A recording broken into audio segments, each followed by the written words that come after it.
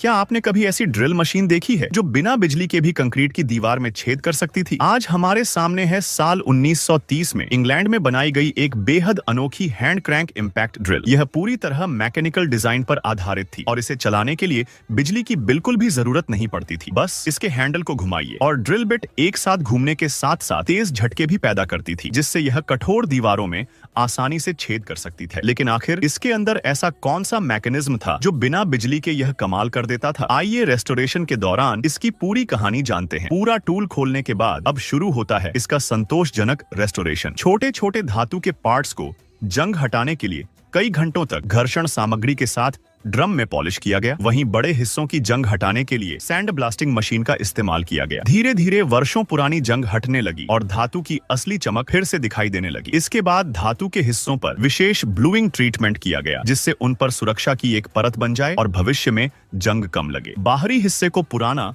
और vintage look देने के लिए उसकी ऐतिहासिक बनावट को भी बरकरार रखा गया। अब बारी थी लकड़ी के हैंडल की। पुरानी सतह को सैंड करके साफ किया गया और फिर विशेष घोल से वर्षों पुराने दाग हटाए गए। सिर्फ कुछ ही समय में लकड़ी का प्राकृतिक रंग और सुंदर बनावट दोबारा उभरकर सामने आ गई। अंत में उस पर वुड वैक्स ओनाइल लगाया गया, जिससे उसे सुरक्षा भी मिली और उसका प्राकृतिक ग्रेन भी और ज्यादा सुंदर दिखाई देने लगा। कुछ पुराने पिन और फास्टनर उपयोग लायक नहीं बचे थे, इसीलिए उन्हें मशीन की मदद से नए सिरे से बनाया गया। बाकी सभी हिस्सों को भी साफ करके पॉलिश किया गया, जंग हटाई गई और सुरक्षा परत चढ़ाई गई। फिर धीरे धीरे पूरे मैकेनिज्म को दोबारा जोड़ा गया। जब इसके इम्पैक्ट सिस्टम को वापस लगाया गया, तब इसका शानदार मैकेनिकल डिजाइन साफ दिखाई देने लगा। हर घूमता हुआ हिस्सा दूसरे हिस्से से बिल्कुल सटीक तरीके से जुड़कर काम कर रहा था। आखिर में नया लेदर वॉशर लगाया गया, सभी हिस्सों को चिकनाई दी गई और पूरी ड्रिल को फिर से असेंबल कर दिया गया। अब वर्षों पुरानी यह हैंड क्रैंक इम्पैक्ट ड्रिल फिर से काम करने के लिए तैयार थी। टेस्ट के दौरान जैसे ही हैंडल घुमाया गया, ड्रिल बिट घूमने के साथ साथ लगातार दीवार पर प्रहार करने लगी। हैरानी की बात यह थी